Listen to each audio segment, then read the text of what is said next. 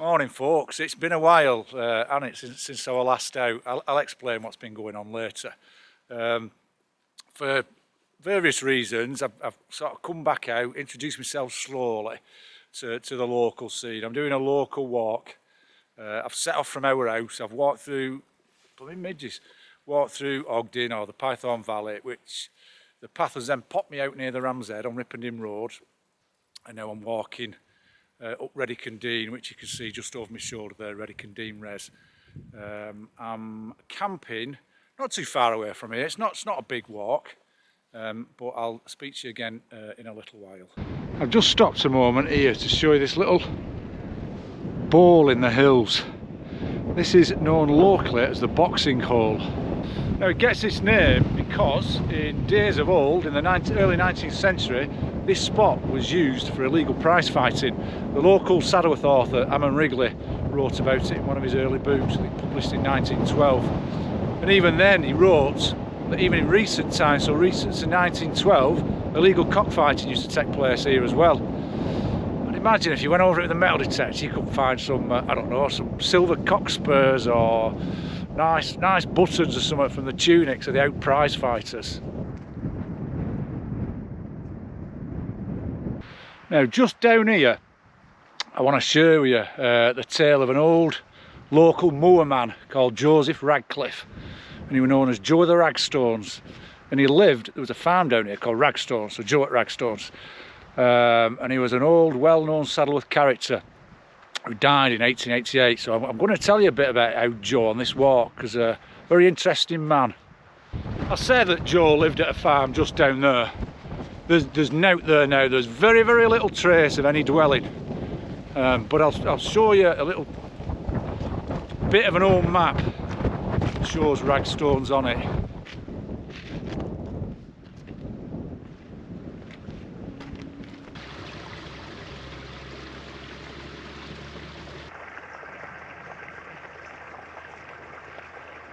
The National Trust are doing some footpath repairs up here. I can see a digger on top of hill. There's a pond up this hill. I hope the footpath repairs are not making a mess of that. It's one of my favourite local dragonfly spots.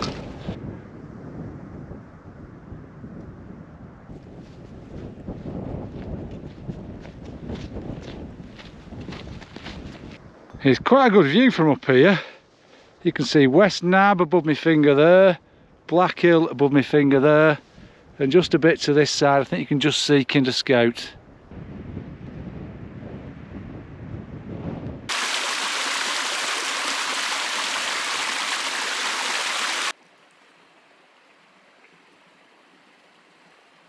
So why have I been struggling to get out lately? Well, it's a combination of quite a few reasons really. Initially it just seemed to be whenever I was free, the weather was just bleeding awful. It was just pissing down all the time. I just didn't fancy that. And then the longer I left it, I just seemed to get quite demotivated, and I just couldn't, I don't know whether I'd lost my confidence a bit or something. I just couldn't seem to work up the enthusiasm for going out. I know the weather's been awful, hasn't it really?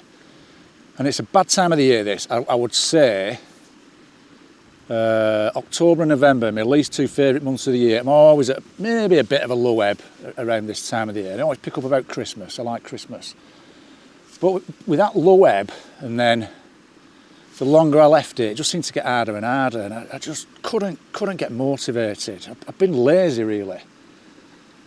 Just not feeling great. So no, it's been hard work recently. So a bit of an important spot for us Lancashire chaps here. Look at this boundary stone.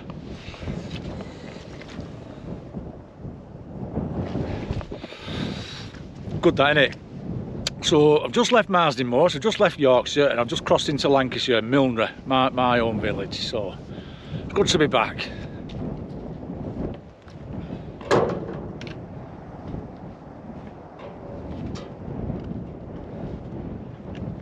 This is a right slog, it's very wet up here. I'm currently on Waystone Edge. I'm just approaching the Waystone now, and along the way I'm sort of trying to pick out any decent dry islands in all this moisture. We're just approaching the Waystone now. There's the M62, Green Withings Res. Might be able to spot Pendle Hill on the skyline. Anyway, here's the Waystone.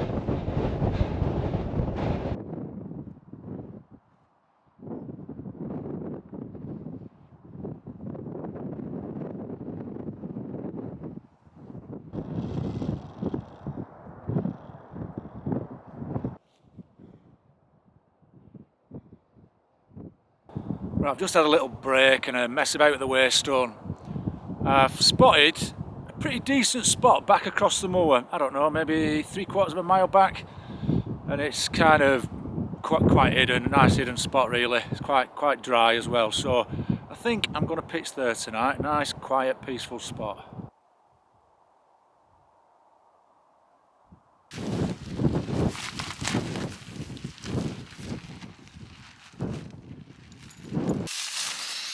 I inflate my mat the old-fashioned way.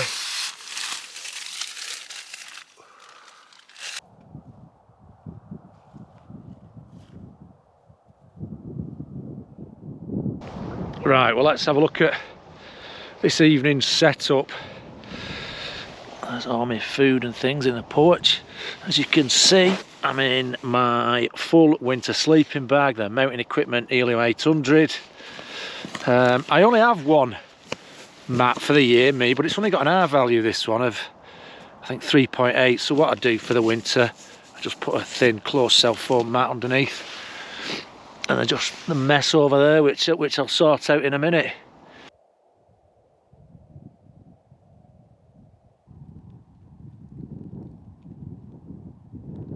Why have I turned today's walk into a bit of a homage to Joe at Ragstones then?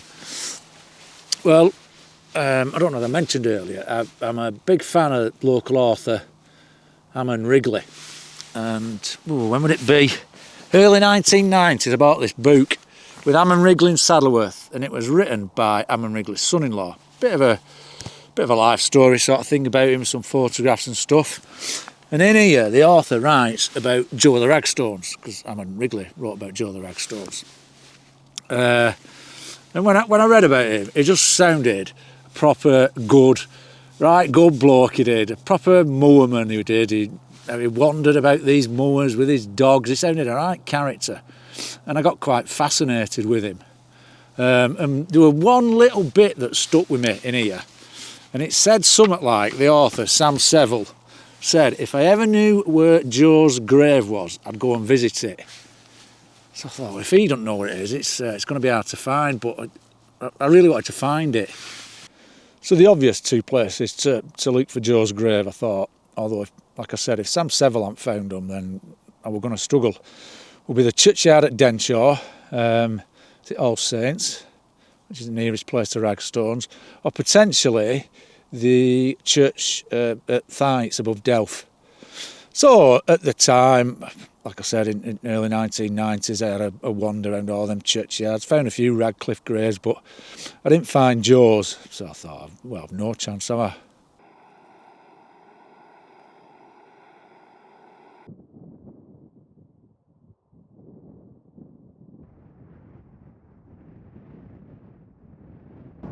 Right, it's nearly 4:10, the sun's just set. Oh, it's freezing, really cold. I just took it at normal temperatures. I think it was just -1 when I did it, and the wind chill's taking it down to -5. I'm facing north now, and the wind's right in my face. Proper northerly wind. Don't know whether you can see up there somewhere behind me, but the moon's up, so that's going to put pay to any stargazing tonight. But no, it's great up here, fantastic place. Street lights are just starting to appear in the valley towards Saddleworth, I'd say that is. Right, I'm going to get in the tent. I need to warm up. I've been in and had a warm, but I've come back out again and got my gloves on, but I need my proper gloves. End of my fingers are freezing. Going back to Joe Radcliffe, Joe at Ragstones, this is where it gets interesting, the quest for his grave, and this is where I managed to weave myself into the story a little bit. So when I looked years ago for his grave, I'd all but given up. And then about 2 years ago, I don't know what made me do it. I just thought, I'll just Google it again. I think I might have Googled it a few years ago. See if anything comes up. And lo and behold, I found something in something to do with Saddleworth Historical Society. Even more details about his life and death, and also a picture of his grave inscription. Oh, well, buzzing here. And it said, in Denshaw Churchyard, All Saints, northwest of the Tower. I thought, right, I can't fail. I'm going to find it after all these years. What a result. So I dashed like a madman over the hill into Denshaw. Back in the churchyard, northwest of the Tower. Absolutely bugger all. So once again, I scoured all the graveyard. I thought, did he mean southwest of the Tower? Did he mean northeast of the Tower? Could not find it. I thought, what's going on here? But, worryingly at the time, what I did discover, northwest of the Tower, a new access road had been built into the churchyard. And I thought, have they bloody buried his stone? Is he under the access track? So I started to worry a bit then. So I thought, next move, get in touch with the man who wrote the article from Saddleworth Historical Society, who did the piece, who photographed the grave and the inscription. Anyway, my worst fears were confirmed. The grave was buried under a new access track in the late 1970s, and the chap who took a picture of the inscription had actually dug down, got an inscription, and then covered it back up. I think he'd obviously got permission off the parish council or something. So that were that. But it just suddenly struck me that what a shame, such an important historical Saddleworth character that local historians, Ham and Wrigley enthusiasts were just unable to see Joe of the Ragstone's grave. So I wondered if there was a possibility of getting the stone raised somehow. And that's what I set about doing. Oh yeah, well I'm at it. What do you think of this hat? Matches me Patagonia coat. Our Bethany, my daughter, she crocheted it. I think it's really cool. Who needs bloody Patagonia and all that when you've got a daughter who's a whiz with a crochet hook? It's I quite like it. Well, it's very icy outside. I've just checked the Kestrel, it was -2.5, and there's ice forming inside the fly sheet here.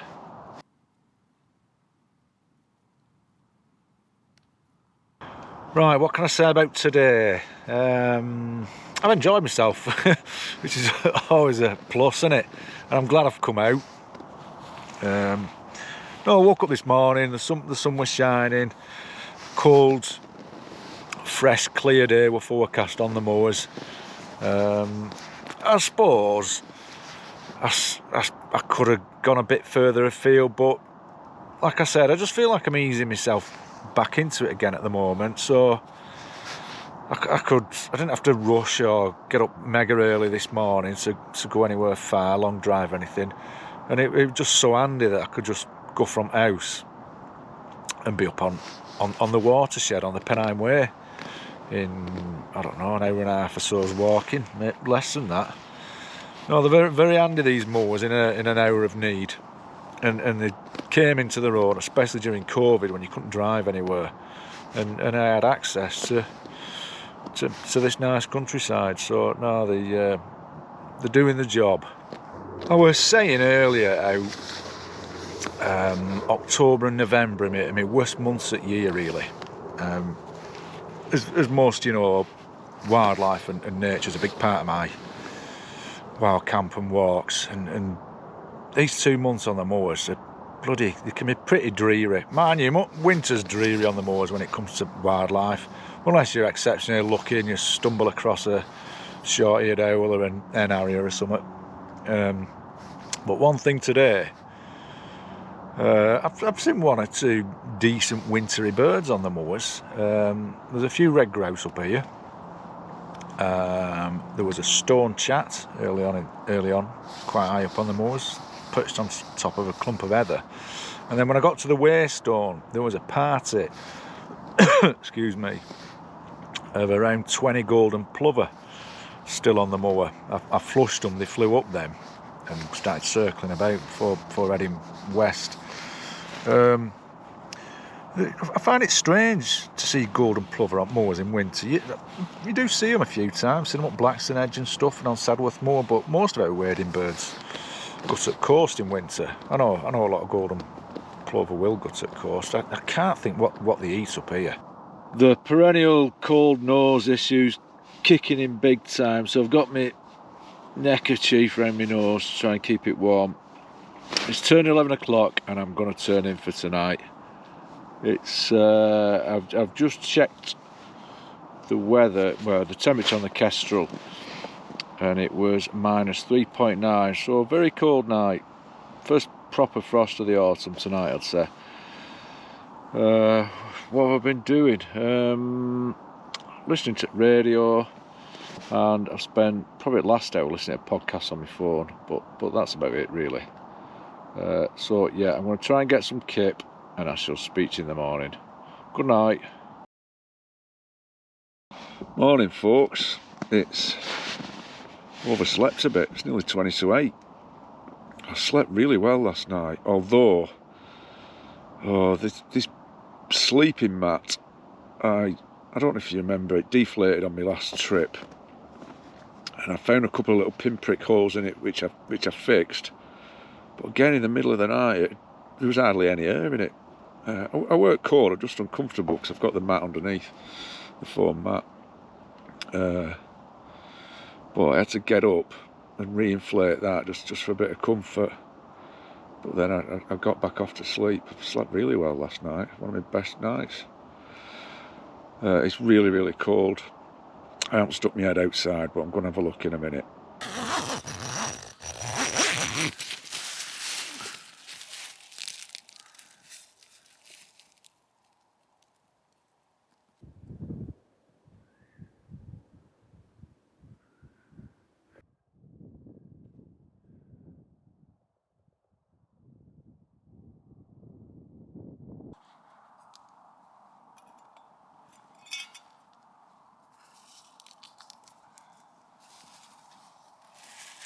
Just had a little wren just flitting about on the fence outside the tent and on the little clumps of heather. It amazes me how such tiny birds can pass away the winter up here. There's obviously tiny spiders and things that they can eat and stuff, but what a inhospitable place. Why don't they go into the valleys, into people's gardens and stuff? I get a wren in my garden. Much nicer place, put food out for them.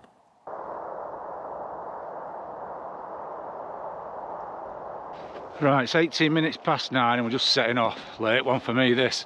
Straight ahead, I don't know if you can see the smoke on the horizon, but there's a very broad domed hill. That's White Hill, and I can see the trig point glistening on it, and that's where I'm heading next, going as a crow flies.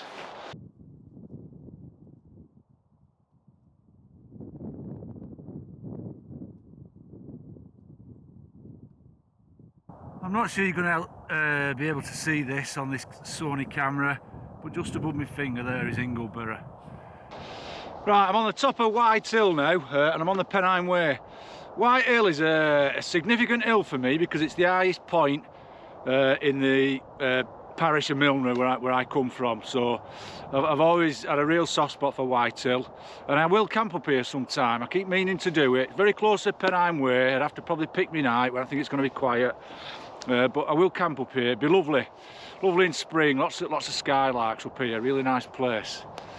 Right, now I'm going to start descending back into the valley of Reddick and Dean where we came up yesterday, but I'm going to go on the opposite side of the valley. Not too far now, and then I'm going to drop down into Denshaw where I'm going to wrap things up, and I need to tell you a little bit more about Joe of the Ragstone's grave story. Yes, I was saying last night that I got it in my head I wanted to get Joseph Radcliffe's grave visible again. So I got in touch with Sadworth Historical Society, I think it was, And then they put me in touch with like the church committee, All Saints at Denshaw, the parish council, or whatever they're called. And there were two people on there. I'm a Wrigley fans, you see, so they were in my corner straight away. And they were on my side right from the off. Unfortunately, the one person involved with the church that I needed to convince to raise the stone for some unknown reason, oops, just dropped my glove. Ugh. For some unknown reason, were just dead set against the idea. And if she'd have said to me and give me a really good reason why it weren't possible to raise the gravestone, I'd have accepted it. It just weren't possible. But right from the off, she just seems to be putting obstacles in my way. Oops. Petty, peevish obstacles. It was just an act of peevishness. As well now, as it being important to me to get the grave raised, I kind of wanted to win this little battle. It became a point of principle. So with the encouragement of the couple who were being very supportive, and there was another chap involved with the church, he were really on my side and give me a lot of help and moral support. These people kept me going when it had been quite easy just to give up. So through them, what I ended up doing, I ended up going above this person who were putting obstacles in way and getting in touch with, I'm not sure about the hierarchy in the church. Are they called deacons, archdeacon? I don't know. Local rector, I'm not sure. But I got in touch with this lady who couldn't have been more helpful. And she was just so supportive. And I were a bit like a dog with a bone. I won't let it go. And then earlier this year, when would it be? In the spring sometime, I got a call that it were happening. And when I heard, I just dashed out of the house. When I'd heard the stone had been raised, dashed out of the house, over the hill into Denshaw. And me and our Bethany paid our respects at the graveside of Joseph Radcliffe. And what a result. I was absolutely over the moon. Thrilled I was. I don't know, I still feel quite a sense of achievement in raising that gravestone. People can pay their respects now. They can go and visit the grave of this really quite remarkable Saddleworth character. When you delve into his life, to say he was almost reclusive, living on the edge of the moors with his dogs, which he loved. He was also widely travelled, which in the 1800s didn't happen very often. Went to America, travelled around Europe. Very, very interesting man. But I think I mentioned yesterday, he died in 1888 in his farm at Ragstones.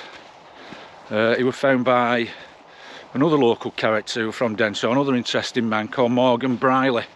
Might mention him another time. Anyway, so there's the story of Joe of the Ragstones and the saga surrounding the raising of his gravestone.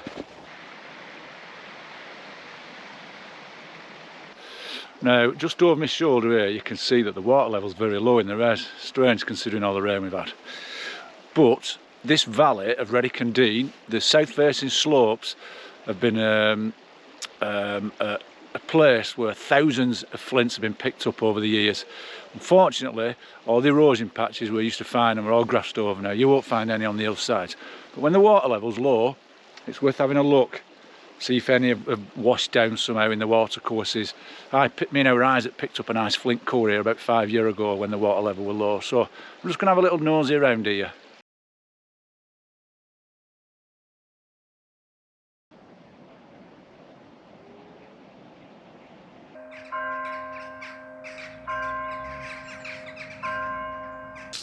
So it seems fitting to finish by the grave of Joseph Radcliffe, also known as Joe at Ragstones. Let's get all the leaves off it. In loving memory of Joseph Radcliffe of Ragstone, who died May the 20th, 1888 in his 75th year.